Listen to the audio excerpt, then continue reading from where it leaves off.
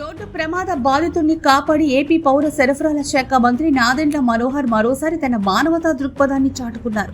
విజయవాడ నుంచి కాకినాడకు వెళ్లే మార్గంలో ఆయన కాన్వాయ్ ఏలూరు జిల్లా భీమడోలు వద్ద కారు బైక్ ఢీకొనడంతో ఓ వ్యక్తికి తీవ్ర గాయాలయ్యాయి. ఇదే సమయంలో అటుగా వస్తున్న మంత్రి స్వయంగా మంత్రి వెంటనే గాయపడ్డ వారి వద్దకు వెళ్లి వారి పరిస్థితిని తనకంటూ సమీక్షించారు. వారు గాయాలతో తీవ్ర రక్తస్రావానికి గురవుతున్న దాన్ని చూసి ఆందోళనకు లోనైన మంత్రి తన మనసులో మానవత్వ నిగూఢంగా బలపడినట్లు మరోసారి చాటి చెప్పారు.